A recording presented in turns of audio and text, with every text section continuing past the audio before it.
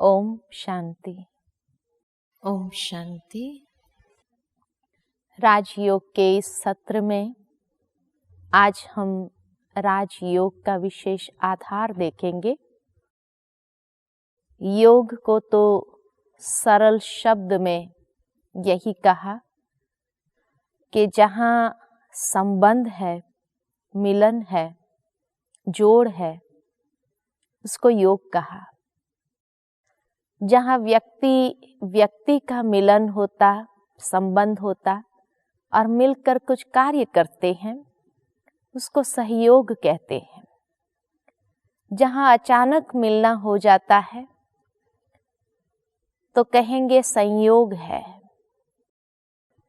और जहाँ कोई बहुत शुभ अवसर पर मिलना हो जाता है तो कहेंगे सुयोग है। ये योग शब्द का प्रयोग कई बार जीवन में करते रहते हैं, परंतु राजयोग में इसका सरल अर्थ अगर देखा जाए तो योग अर्थात परमात्मा की स्नेह भरी याद, कि जहाँ निस्वार्थ भाव से, बड़े ऊंच भाव से स्नेह के आधार पर याद किया जाता है, तो ये है सर्वश्रेष्ठ याद, सर्वश्रेष्ठ योग। मनुष्य को भी जब याद करते हैं तो एक टेलीपैथिक कनेक्शन हो जाता है। इसी प्रकार जब आत्मा पिता परमात्मा को याद करती है तो ये भी एक टेलीपैथिक कनेक्शन है। परंतु याद ऐसे ही नहीं आती है किसी की। याद के लिए भी कुछ आधार अवश्य होते हैं। जैसे मनुष्य को जब याद करते हैं तो भी विशेष रूप से 4 आधार होते हैं। सबसे पहला आधार है परिचय। जब तक किसी के साथ हमारा परिचय नहीं होता तब तक उस व्यक्ति को हम याद नहीं करते हैं। परिचय हो जाने से याद सहज और स्वाभाविक हो जाती है। दूसरा आधार है संबंध। जहां जिसके साथ हमारा संबंध है तो उस संबंध के आधार पर याद सहज हो जाती है। तीसरा आधार है स्नेह। जिसके साथ हमारा घनिष्ठ प्यार है, स्नेह है, तो स्नेह के आधार पर याद में खो जाते हैं, समा जाते हैं। और चौथा आधार है प्राप्ति। जहां से कुछ मिलने वाला हो, ये पता हो जाए कि हाँ फलानी जगह से मुझे ये प्राप्ति होने वाली है, तो उस प्राप्ति के आधार पर भी याद बड़ी स्वाभाविक चलती रहती है। तो मनुष्य जब मनुष्य को याद करते हैं तो ये 4 आधार है। परंतु ये 4 आधार पर 4 प्रकार की यादें बताई हुई है। जहां सिर्फ परिचय होता है वहां याद कैसी होती है? वहां याद करना पड़ता है। जैसे मान लो आज हमारे घर में कोई प्रसंग हो, कोई ऐसा विशेष कार्यक्रम हो, तो हम एक एक परिचय वाले को भी याद करेंगे। फलाना रह न जाए, उसको इनविटेशन भेजना है, उसको निमंत्रण भेजना है। एक एक को याद करके एक लिस्ट बनाएंगे ताकि कोई छूट न जाए। तो यहां याद करना पड़ता है, मेहनत है। परंतु जहां संबंध होता है वहां याद कैसी होती है? तो उस याद को कहेंगे सताने वाली याद, जैसे मान लो आज माँ और बच्चे का संबंध है। बच्चा अगर बाहर कहीं हॉस्टल में रहकर पढ़ता हो और वहां से खबर आ जाए कि बच्चे की तबीयत ठीक नहीं है, वो बीमार है, तो माँ को उसकी याद सताने लगेगी। हर पल कोई भी कार्य करते हुए उसको बच्चे की याद बड़ी स्वाभाविक रीत से ऐसी सताती है कि कई बार तो वो उस याद में उदास भी हो जाती है, बड़ा दुख महसूस करती है। खाना बना रही होंगी तो सोचेगी पता नहीं वो क्या खा रहा होगा। कोई कार्य करती होंगी तो सोचेगी पता नहीं उसका कौन ध्यान रखता होगा, उसने दवाई ठीक ली होंगी नहीं होंगी। मना हर पल उसको बार बार उसकी याद सताती है। और 2 दिन में मानो फोन भी आ जाए और बच्चा खुद कहे कि नहीं अभी मैं बिल्कुल ठीक हूं, तो भी माँ उसको यही कहती कि नहीं अभी तक आवाज ठीक नहीं लग रहा है। या वो अंदर में समझती है कि वो बच्चा उसको खुश करने के लिए ही ये कह रहा है,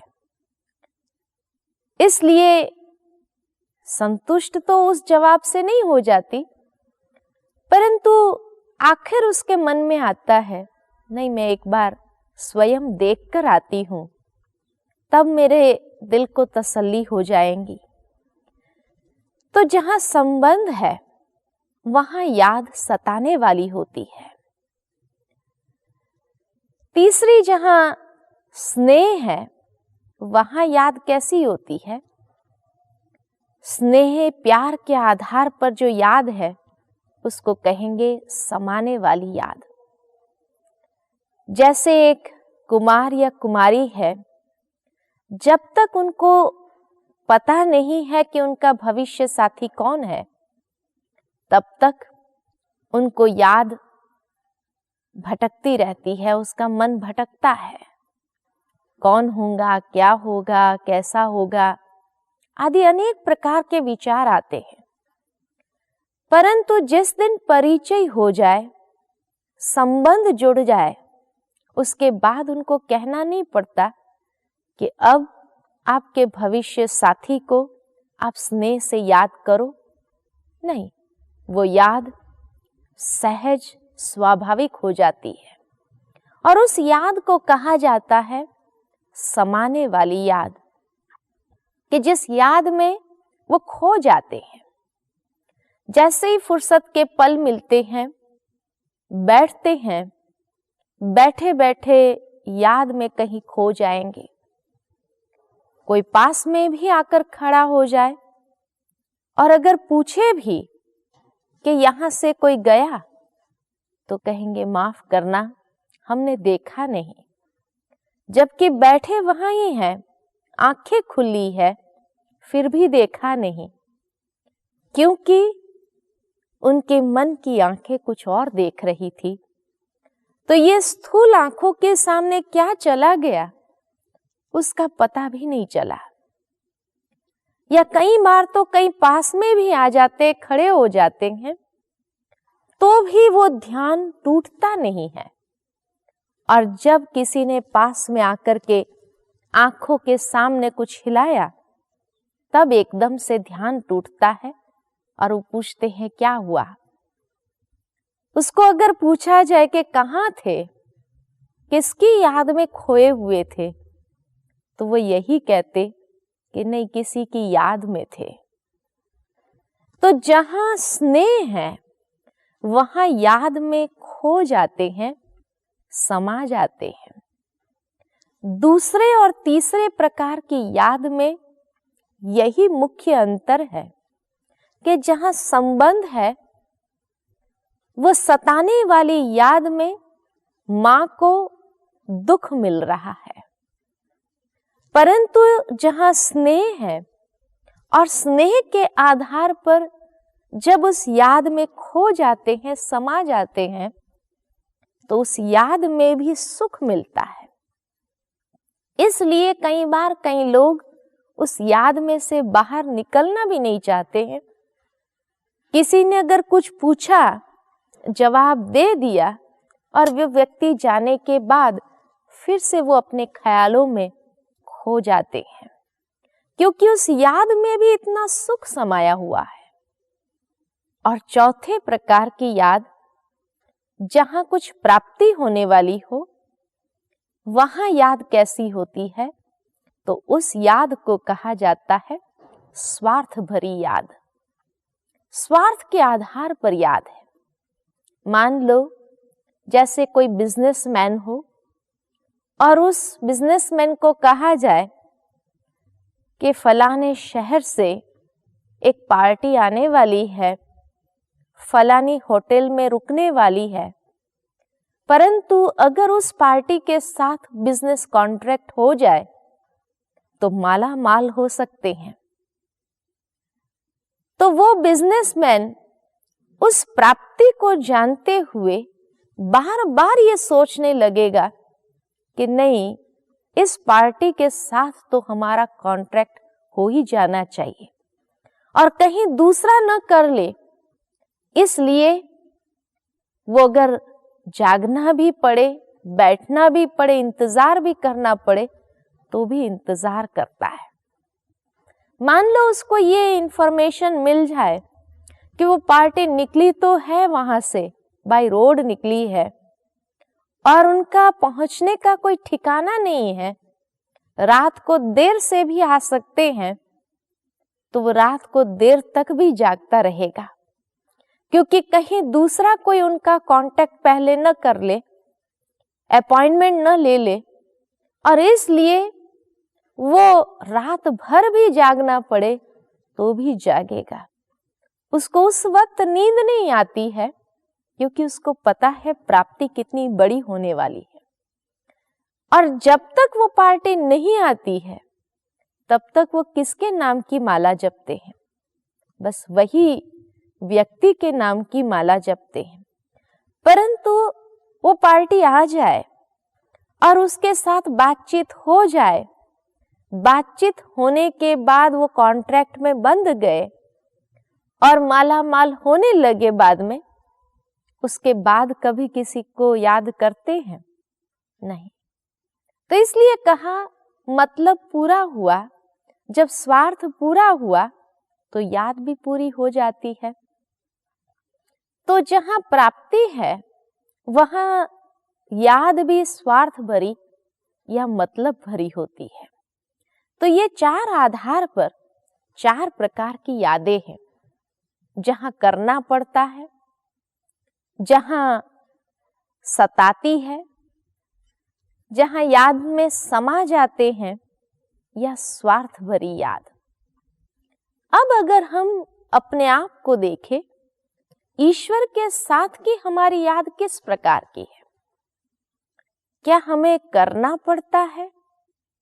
क्या वो ईश्वर की याद हमें सताती है?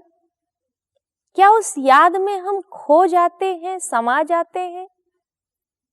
या उस याद में प्राप्ति जब करनी होती तो स्वार्थ से या मतलब से उसको याद कर लिया? क्या कहेंगे? देखा जाता कि अक्सर या तो हमें करना पड़ता है या तो हमारी याद स्वार्थ के आधार पर होती है। ये दो विशेष आधार पर हमारी याद ईश्वर के साथ होती है। होनी कौन सी चाहिए?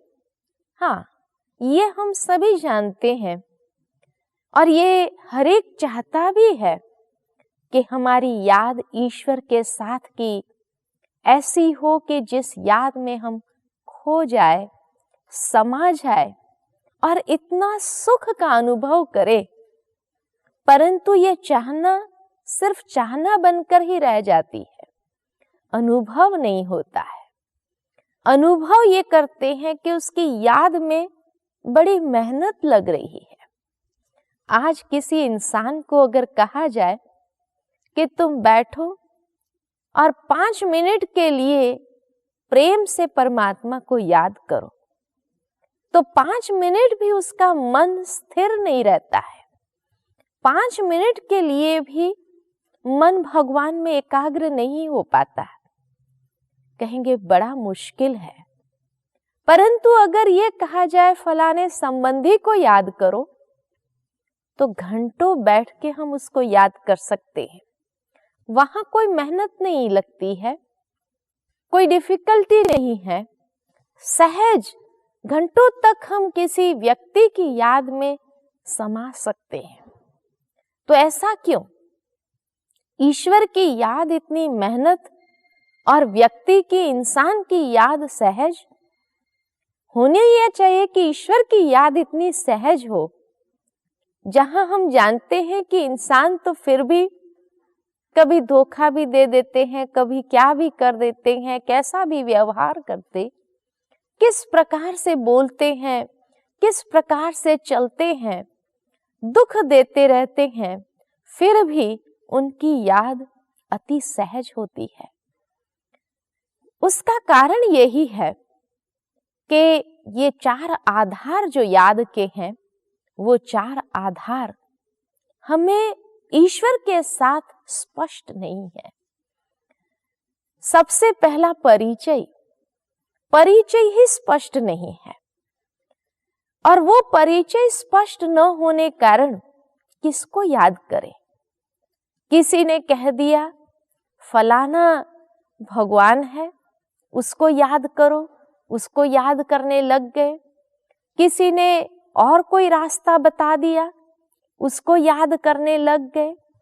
तो जहां परिचय ही क्लियर नहीं है कि ईश्वर का वो स्वरूप क्या है, कहाँ हमें मन को एकाग्र करना है, अनेक स्वरूप हो तो किस पर एकाग्र करें? तो इसलिए परिचय स्पष्ट न होने कारण बड़ा कठिन महसूस होता है। तो सबसे पहले तो योग नेचुरल हो, उसके लिए परिचय स्पष्ट होना जरूरी है। दूसरा कि मेरा उसके साथ क्या संबंध है कोई संबंध? हाँ, भक्ति में हम प्रार्थना में गाते अवश्य है, त्वमेव माताश्च पिता बंधुश्च सखा, सब कुछ तुम मेरा हो। परंतु क्या हमने कभी वो संबंध जोड़ करके भी देखा और उस संबंध का अनुभव भी किया? वो संबंध स्पष्ट न होने कारण हम कभी कभी तो याद कर लेते हैं, कभी कभी कठिनाई महसूस करते हैं, फिर दोष मन को दे देते हैं। मन बड़ा दुष्ट है, मन बड़ा पापी है, मन बड़ा नीच है, भटक जाता है, भाग जाता है, 5 मिनट भी स्थिर नहीं बैठता है ईश्वर की याद में, और इसलिए अंदर में दुख भी होता है कि क्या हो रहा है। तो संबंध स्पष्ट होना बहुत आवश्यक है कि मेरा उस पिता परमात्मा के साथ क्या संबंध है। एक तरफ गाया हमने, तुम मात पिता हम बालक तेरे, परंतु कभी हमने बालक बनकर उसको याद किया? कभी हमारा व्यवहार उसके साथ बालक जैसा रहा? या वो मात पिता है तो उस मात पिता के आधार पर हमारा व्यवहार रहा? तो दूसरी ओर हम कह देते हैं, हे प्रभु हम तो आपके चरणों के दास हैं। अब हम क्या है? अपने आप से पूछे हम, क्या परमात्मा मालिक है और हम उसके दास हैं, ये कहना उचित है? या वो माता पिता है और हम बच्चे हैं, ये कहना उचित है? दोनों एक साथ तो नहीं बन सकते हैं। या तो हम बालक बन सकते हैं या तो हम दास बन सकते हैं। दास अर्थात कि कभी वो राजी नहीं होता, सदा उदास होता है। कितना भी उसको दे दो फिर भी उसके अंदर संतुष्टि नहीं होती है, वो उदास ही रहता है। इसीलिए तो उसको दास कहा हुआ है। और बालक सदा खुश रहता है। ऐसे आज मैं भी अपने आप को देखूं क्या जीवन में हमको भी जो ईश्वर से मिला है उसमें हमको संतुष्टि है, या हमको संतुष्टि ही नहीं, सदा उदास रहते हैं? अगर उदास रहते हैं तो माना हम जरूर दास बन गए हैं। और दास का संबंध मालिक के साथ कितना होगा? उतना ही होगा जब कोई मतलब होगा, कोई स्वार्थ पूरा करना होगा, उतना ही होगा। जैसे अगर दास आ जाए मालिक के सामने और मालिक को कहे कि आज मुझे 100 रुपए की जरूरत है, 100 रुपया चाहिए, तो मालिक सबसे पहले तो उसको पूछेगा क्यों चाहिए, क्या काम है। और मानो उसने जो काम बताया वो सिर्फ 25 रुपए में पूरा हो जाएगा, तो मालिक उसको कहेगा ठीक है, तुम आज 50 ले जाओ, अगर कम पड़े तो फिर मैं दे दूंगा। अर्थात उसने जो मांगा उससे आधा मिला, क्योंकि कोई गहरा स्नेह के आधार पर संबंध नहीं है इसलिए। परंतु अगर वही बच्चा आता है और बच्चा कहता है पिता से कि मुझे 10 रुपया चाहिए, अधिकार से कहता है, और अगर पिता की जेब में 10 रुपया छूटा नहीं है, 100 रुपया है, तो क्या करेंगे? 100 रुपया देंगे या नहीं देंगे? दे देते हैं, पूछते तक नहीं है। कई बार तो कि किस लिए चाहिए, इतना विश्वास है। तो ये है अंतर कि दास ने जो मांगा उससे आधा मिला, बच्चे ने जो मांगा उससे 10 गुना उसको मिला। ऐसे मेरा संबंध भी अगर ईश्वर के साथ का दास का होगा कि हे प्रभु, मैं तो तुम्हारे चरणों का दास हूं, ये भाव अगर अंदर में होगा, तब मांगने से कभी कभी आधा मिलेगा या कभी तो नहीं भी मिलेगा। परंतु बच्चे बन जाओ तो बच्चे को मांगना भी नहीं पड़ता है, माता पिता को मालूम है बच्चे को क्या चाहिए। तभी तो कहा जाता है बिन मांगे मोती मिले, मांगत मिले न भीख। मांगने से भीख भी नहीं मिलती है और बिन मांगे मोती मिलते हैं। परंतु वो बिन मांगे मोती कब मिलते हैं? जब मेरा संबंध उस आधार पर होगा, उस स्नेह प्यार के आधार पर होगा, एक विश्वास के आधार पर होगा, तब। तो इसलिए ये मुझे देखना है कि मेरा संबंध स्पष्ट है।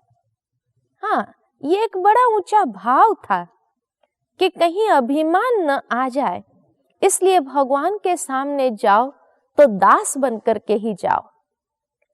ये तो मनुष्य कई बार करते भी है कि मंदिर में जाते हैं तो दास बनकर हाथ जोड़ करके भगवान की महिमा का वर्णन करते हैं, उच्चता का वर्णन करते हैं, श्रेष्ठता का वर्णन करते और अपनी हीनता का वर्णन करते हैं कि मैं नीच पापी खलकामी आदि। ये वर्णन करने के बाद मानो बाहर निकला मंदिर से और किसी ने उसको कह दिया कि तुम तो नीच हो, पापी हो, कपटी हो, खलकामी हो, तो क्या होता है? गुस्सा आ जाता है। और वो कहने वाला इंसान अगर कहे कि अरे भाई, अभी तो तुम अपने मुख से भगवान के सामने यही शब्द बोल के आए हो, तो कहेंगे वो तो भगवान के सामने था, तेरे सामने थोड़ी।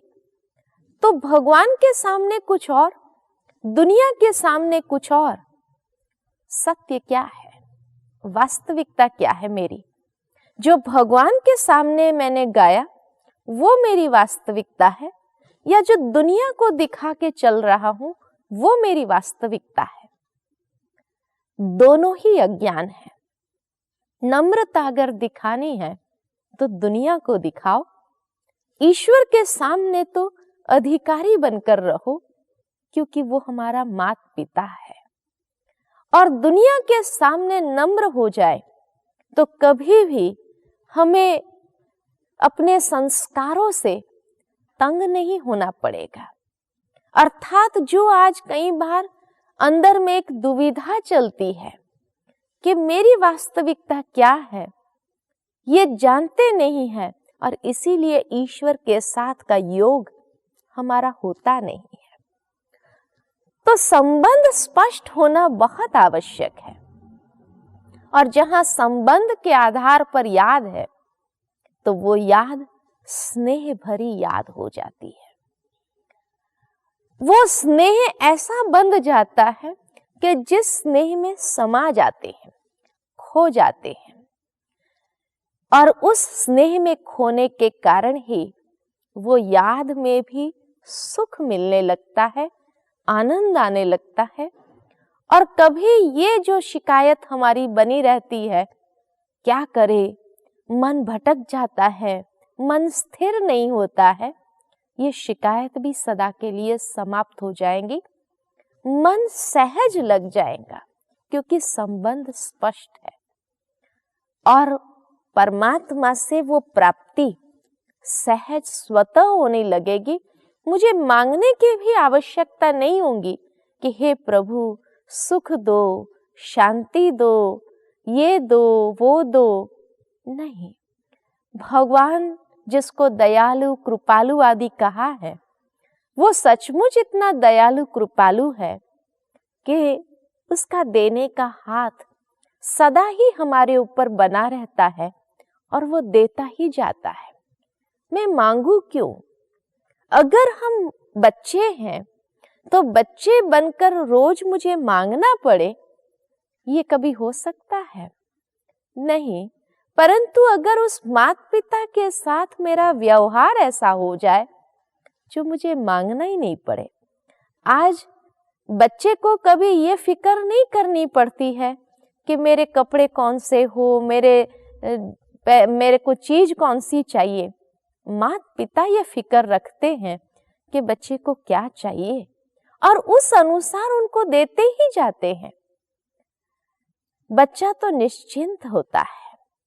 इसी प्रकार ईश्वर की याद में भी हम इतना सुख का अनुभव करें, ऐसे निश्चिंत रहे और ईश्वर सदा ही वो प्राप्ति का अनुभव हमें कराता जाता है। हमें कोई भी प्रकार की चिंता फिक्र करने की आवश्यकता नहीं। और इसी तरह जैसे एक बच्चा बेफिक्र बादशाह होकर के चलता है, ऐसे ही बेफिक्र बादशाह होकर के जीवन जीने की एक कला ये राजयोग के आधार पर हमें प्राप्त हो जाती है। तो याद के ये 4 आधार है और ये 4 आधार पर 4 प्रकार की यादें हैं। अब इस आधार पर हम अपने आधार को चेक करें कि मेरा आधार सही स्पष्ट मुझे है या नहीं। तो ये है राजयोग या संबंध ईश्वर के साथ जोड़ने के आधार। ओम शांति। ओम शांति।